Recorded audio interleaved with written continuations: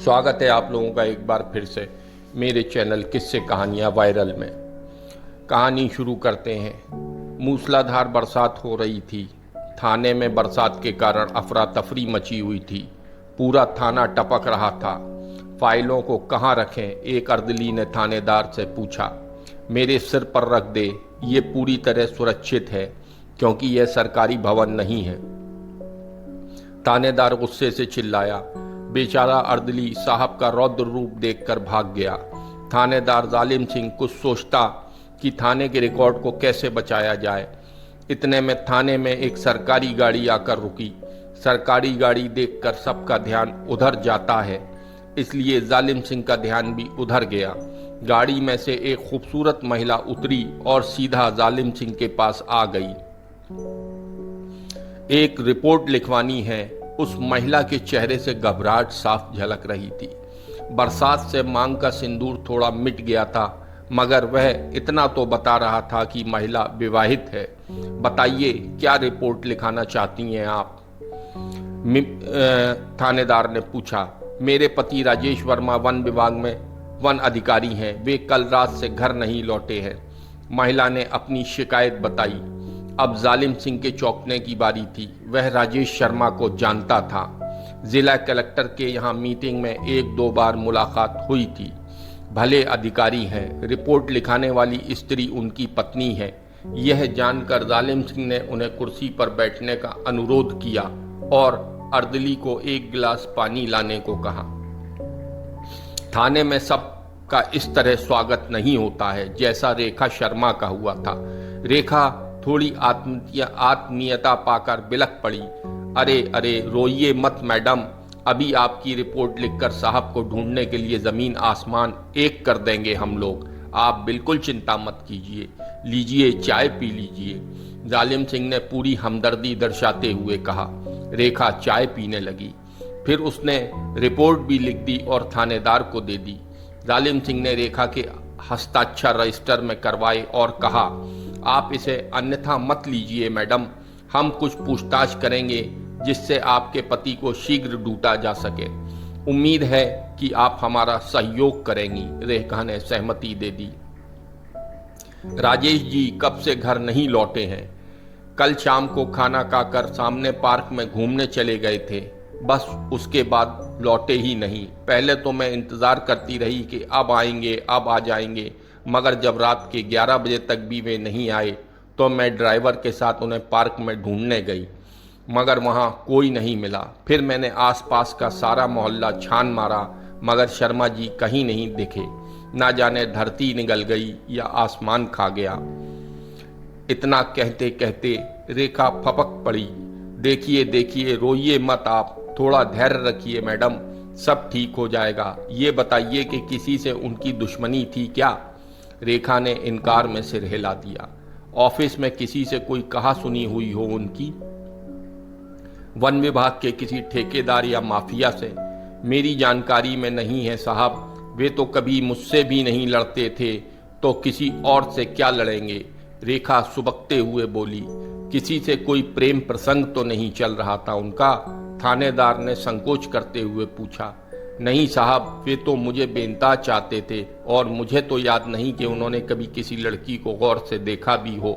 रेखा नीची गर्दन किए हुए बोली। अब थानेदार सोच में पड़ गया। इनमें से एक भी कारण नहीं है तो फिर और क्या बात हो सकती है? कहीं आप दोनों में कुछ झगड़ा तो नहीं हुआ था कल? नहीं साहब, वे तो लड़ना जानते ही नहीं थे। फिर हम दोनों में झगड़ा क्यों होगा? कोई प्रॉपर्टी को लेकर घर या बाहर के किसी व्यक्ति से कोई केस तो नहीं चल रहा था उनका? मेरी जानकारी में तो नहीं है साहब। हमारा किसी से कोई विवाद नहीं है, तो फिर केस कैसे चलेगा? वो तो ठीक है मैडम, पर उनका घर से बाहर जाने का कोई तो कारण होगा। बिना कारण तो कुछ नहीं होता है ना, ये तो आप अच्छी तरह जानती होंगी। अच्छा, उनका कोई फोटोग्राफ है क्या आपके पास? जी, मैं साथ ही लाई हूं। और रेखा ने अपने पर्स में से एक फोटो निकाल कर दे दिया। ठीक है मैडम, हम उन्हें ढूंढने की कोशिश करते हैं। आपको भी अगर कोई सुराग मिले तो हमें अवश्य सूचित करना। जी बेहतर है कहकर रेखा शर्मा वहां से अपनी सरकारी गाड़ी में बैठकर चली गई। वन विभाग में हड़कंप मच गया। एक इतना बड़ा अधिकारी कैसे और कहां गायब हो गया? वह खुद निकला है या उसका अपहरण हुआ है? अनेक सवाल थे मगर जवाब किसी के पास नहीं था। बात मुख्यमंत्री तक पहुंची तो मुख्यमंत्री ने जिला पुलिस अधीक्षक को सख्त हिदायत दे दी कि उन्हें जल्दी ढूंढे। जिला पुलिस अधीक्षक ने पूरे जिले की टीम को काम पर लगा दिया। आखिर एक बड़े अधिकारी के गायब होने का मामला जो था, सारे पुलिस स्टेशनों में राजेश का फोटो भेज दिया गया जिससे कोई सुराग हाथ लग सके। पिछले दिनों जितनी लावारिस लाशें मिली थीं सबका मिलान कर लिया मगर कोई फायदा नहीं हुआ। फिरौती के लिए अपहरण करने वालों को भी टटोला पर वहां से कोई सकारात्मक समाचार नहीं मिला। पूरा पुलिस महकमा परेशान था। जनता में भी काफी आक्रोश था और मीडिया भी इसे लेकर बार बार सरकार की कानून और व्यवस्था की लचर होती जा रही व्यवस्था पर सवाल खड़े कर रही थी। इसलिए सरकार पुलिस की कार्रवाई से संतुष्ट नहीं थी। मुख्यमंत्री ने पूरे जिले का पुलिस स्टाफ बदल डाला। नए पुलिस अधीक्षक ने नए सिरे से काम करना प्रारंभ किया।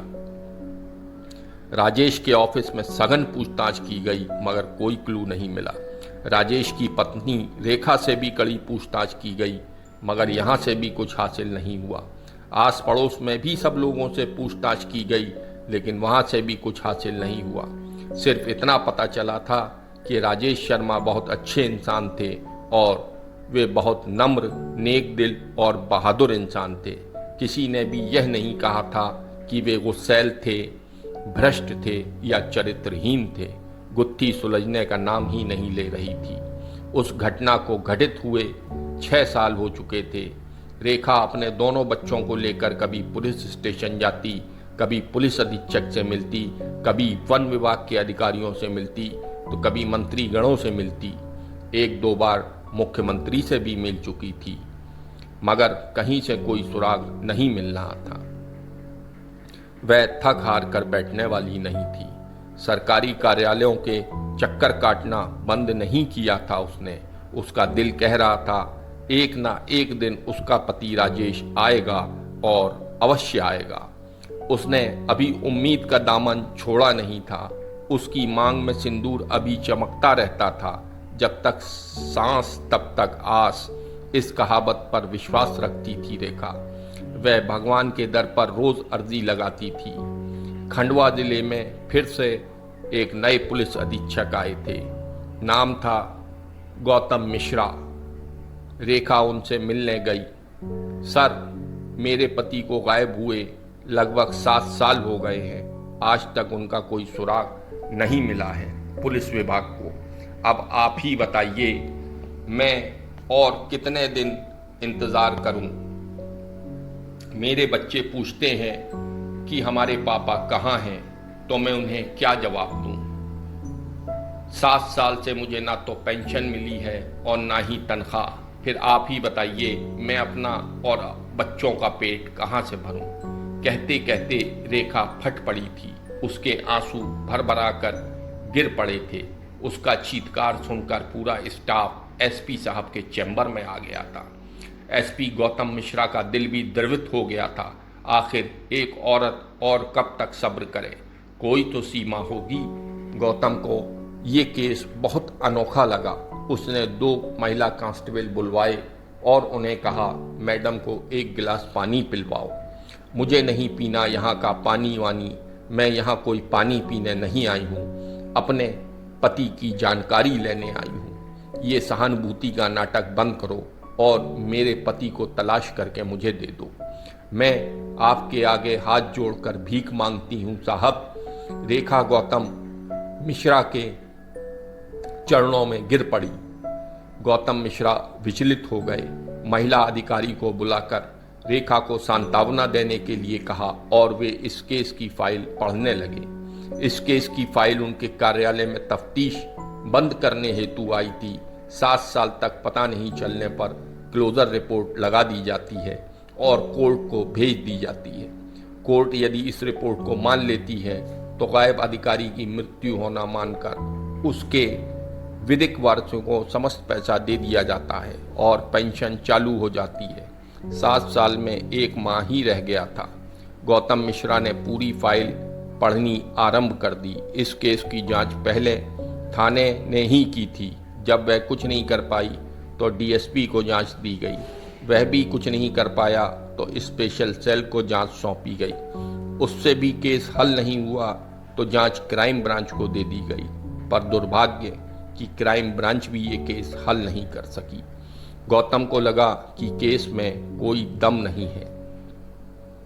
ले देकर शक की सुई रेखा पर जाकर टिकती थी। रेखा से सारी टीमों ने पूछताछ कर ली थी। उसके बयान हर बार एक जैसे ही थे, इसलिए उससे अब और पूछताछ करना उचित नहीं लगता था। वैसे भी मीडिया में पुलिस की छवि बहुत खराब बन गई थी। रेखा को गिरफ्तार करना बहुत जोखिम वाला काम था। गौतम ने ठंडे दिमाग से सोचा और 3 कांस्टेबल को बुलाया और उन्हें रेखा के मकान पर निगरानी रखने के लिए कह दिया। उन्हें सख्त हिदायत दी गई कि वे सादे कपड़ों में रहेंगे। इस तरह निगरानी करो कि रेखा को पता नहीं चल पाए।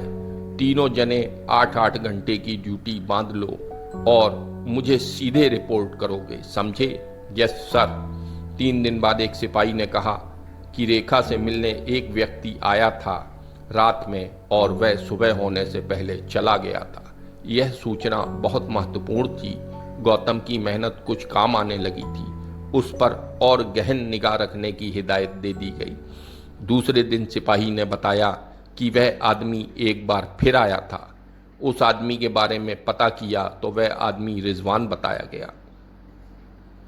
गौतम ने थानेदार को तुरंत आदेश दे दिया कि वह रिजवान को उठाकर ले आए। थानेदार ने रिजवान को उठा लिया और पूछताछ करने लगा। उधर रिजवान के घर वाले अपने समुदाय के सैकड़ों लोगों को साथ लेकर थाने पर आ गए और थाने का घेराव कर लिया। अतिरिक्त पुलिस बल बुलाना पड़ा। इतने में मीडिया भी आ गया। सरकार और पुलिस पर आरोप लगाने लग गया कि एक सांप्रदायिक सरकार धर्मनिरपेक्ष लोगों को नाजायज परेशान कर रही है। गौतम इन बातों से बिल्कुल नहीं डरा और उसने एक टीम रिजवान के घर की तलाशी के लिए भेज दी। रिजवान को पीछे के दरवाजे से ले जाया गया। चूंकि सारा मोहल्ला थाने पर एकत्रित था, इसलिए रिजवान के घर की तलाशी लेने में कोई प्रतिरोध नहीं हुआ। तलाशी में कुछ भी नहीं मिला, केवल एक फोटो मिला जो रिजवान के निकाह का था। उस फोटो में एक लड़की बुर्के में रिजवान के साथ थी। उस लड़की की बस आंखें ही दिखाई दे रही थीं और बाकी चेहरा बुर्के में छुपा हुआ था। गौतम उन आंखों को देखकर थोड़ा चौंका। वे आंखें कुछ जानी पहचानी सी लग रही थीं। उसने अपने दिमाग पर काफी जोर डाला मगर उसे कुछ याद नहीं आया। रिजवान के बारे में तहकीकात की गई तो पता चला कि वह राजेश शर्मा का ड्राइवर था। इस बात से यह निष्कर्ष निकला कि रिजवान और रेखा के मध्य कोई ना कोई बात थी। रिजवान रेखा से मिलने रात में क्यों आता था, इसकी पूछताछ रेखा से करनी आवश्यक थी। गौतम ने रेखा को उठवा लिया। रेखा से पूछताछ की गई तो रेखा बोली, रिजवान उनका विश्वसनीय ड्राइवर था। जब किसी का कोई सहारा नहीं मिला तब रिजवान ही उनकी मदद कर रहा था। क्योंकि दिन भर वह ऑफिस में ड्यूटी देता था, इसलिए कभी कभी रात में आकर उनके लिए सामान दे जाया करता था। रेखा की कुटाई भी की गई मगर रेखा अपने बयानों से टस से मस नहीं हुई। गौतम परेशान हो गया। वह दूसरे कमरे में चला गया। वहां पर रेखा के दोनों बच्चे खेल रहे थे। गौतम को उन बच्चों में क्लू नजर आया। वह उन बच्चों के साथ खेलने लग गया। थोड़ी देर में दोनों बच्चे उससे हिल मिल गए। गौतम ने दोनों बच्चों के लिए विभिन्न प्रकार के पकवान और नमकीन मंगवाए। दोनों बच्चे बहुत खुश हो गए। बड़े बच्चे ने कहा, थैंक यू अंकल। तो छोटे बच्चे ने कहा, अंकल मैं आपसे एक बात कहूं तो आप सच सच बताओगे? हाँ बेटे, बिल्कुल सच बताएंगे। कहो क्या बात है? अंकल आप हमें रिजवान अंकल से बचा लेना। अब चौंकने की बारी गौतम की थी। उसने छोटे बेटे जो कि लगभग 8-9 साल का था को अपने सीने से लगा लिया और उसके सर पर हाथ फेरते हुए कहा, हाँ ज़रूर बचा लेंगे, पर ये तो बताओ कि तुम्हें रिजवान अंकल से डर क्यों लगता है? रिजवान अंकल बहुत बुरे हैं, वे मुझे बहुत मारते हैं और कहते हैं कि मुझे वहीं पहुंचा देंगे जहां उन्होंने मेरे पापा को पहुंचाया था। मासूम बच्चे ने बहुत बड़ा क्लू गौतम को दे दिया था, मतलब रिजवान ने राजेश की हत्या कर दी थी। पर क्यों, ये बात इन बच्चों को पता नहीं थी क्योंकि तब ये बहुत छोटे थे। इसका मतलब कि रेखा और रिजवान में कोई संबंध पहले से था। जब उसका पता राजेश को चला तब उसकी हत्या कर दी गई और लाश कहीं ठिकाने लगा दी गई। अचानक गौतम को रिजवान के निकाह की फोटो याद आ गई। उसमें बुर्के वाली महिला की आंखें रेखा की आंखों से मिलती जुलती लगी। अब तो स्थिति साफ हो गई थी, मगर कोई सबूत नहीं था। गौतम ने वह फोटो दोबारा मंगवाई और गौर से देखा तो स्पष्ट हो गया कि वह रेखा ही है।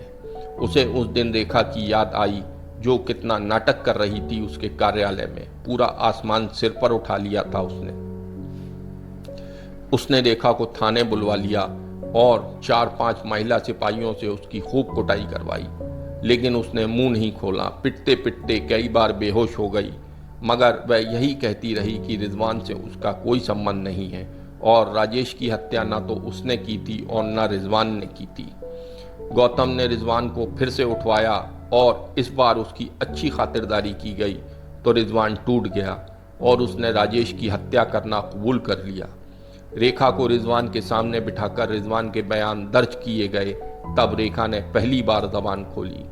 रिजवान सरकारी ड्राइवर था और साहब की गाड़ी चलाता। साहब दौरों में कई दिनों तक बाहर रहते थे। पीछे से रिजवान उनका ध्यान रखता था, घर का छोटा मोटा काम कर देता था, बच्चों को खिलाता था। कब वे दोनों पास आ गए पता ही नहीं चला। एक दिन बहुत तेज बरसात हो रही थी, राजेश दौरे पर थे, बच्चे डर रहे थे, तो मैंने रिजवान को घर पर सोने के लिए कह दिया था। उस दिन हम दोनों में पहली बार शारीरिक संबंध बने थे। फिर तो यह सिलसिला चलता गया। एक दिन राजेश दौरे पर गए थे तो उस रात रिजवान घर पर ही सो गया। इतने में राजेश आ गया और हम दोनों को आपत्तिजनक अवस्था में देख लिया। वह दृश्य देखकर राजेश पागल हो गया और रिजवान को मारने लग गया। राजेश रिजवान के खून का प्यासा लग रहा था। राजेश का रौद्र रूप देखकर मैं डर गई और एक लकड़ी से राजेश के सर पर पीछे से प्रहार कर दिया। राजेश गिर पड़ा और अचेत हो गया। मैं बहुत घबरा गई थी। राजेश को जब होश आएगा तब क्या होगा? वह तो रिजवान को मार डालेगा। मैं रिजवान के बिना रह नहीं सकती थी, इसलिए मैंने रिजवान को राजेश को मारने के लिए कह दिया। रिजवान ने एक तार से राजेश का गला घोंट दिया और वह मर गया। फिर रिजवान और उसके भाई उस्मान ने लाश ठिकाने लगा दी। दोनों के बयान कलमबद्ध करने के बाद उस्मान को उठाया गया। उसने बड़ी जल्दी अपना जुर्म कबूल कर लिया। दोनों से जब पूछा कि लाश कहाँ ठिकाने लगाई तो उनकी बात सुनकर एसपी साहब दंग रह गए। नेशनल हाईवे पर पुल बनाने का काम चल रहा था। उन दिनों खंभों के लिए गहरे खड्डे खोद रखे थे, लगभग 18 फुट गहरे। 7वें गड्ढे में राजेश की लाश फेंक दी और उसके ऊपर मिट्टी डाल दी जिससे किसी को पता नहीं चले। उसके बाद उस पर पुल बन गया। बड़ी बड़ी क्रेन मंगवाई गई और 7वां पुल खुदवाया गया। लगभग 20-22 फुट गहरा गड्ढा खोदना पड़ा। तब एक नर कंकाल मिला। वह नर कंकाल राजेश का ही था। इसके लिए डीएनए जांच कराना आवश्यक था। डीएनए रिपोर्ट आ गई जिससे यह सिद्ध हो गया कि वह कंकाल राजेश शर्मा का था। इन 7 वर्षों में रेखा ने अपना धर्म बदलकर अपना नाम शबनम रख लिया था। रिजवान चूंकि पहले से विवाहित था, इसलिए रेखा ने उसकी दूसरी बीवी होना मंजूर कर लिया, लेकिन उसने छुपकर निकाह किया था। समाज में वह रेखा राजेश शर्मा बनकर ही रह रही थी और मांग में सिंदूर, बिंदी, चूड़ी वगैरह सब पहन कर रह रही थी। अभिनय भी शानदार कर लेती थी, मगर सत्य तो एक दिन बाहर आ ही जाता है। तीनों पर मुकदमा चला। रेखा और रिजवान को उम्र कैद की सजा सुनाई गई। इसकी अपील उच्च न्यायालय में विचाराधीन है अभी। तो ये एक सत्य घटना है जो मध्य प्रदेश के खंडवा की है। रेखा ने अपने पति के साथ छल किया जिसका अंजाम वह भुगत रही है, मगर इस छल में राजेश मारा गया और दोनों बच्चे अनाथ हो गए। एक छल ने हंसते खेलते परिवार को तहस नहस कर दिया था। तो ये थी आज की विश्वासघात की कहानी। उम्मीद करता हूँ आप लोगों को ये कहानी पसंद आई होगी। मेरे दोस्तों, कहानी पसंद आई है तो इसको लाइक करें और अपने दोस्तों के साथ शेयर करें और मेरे चैनल को सब्सक्राइब करें, जिससे मैं आपके लिए ऐसी और मज़ेदार कहानियाँ लेकर आता रहूँगा। Thank you.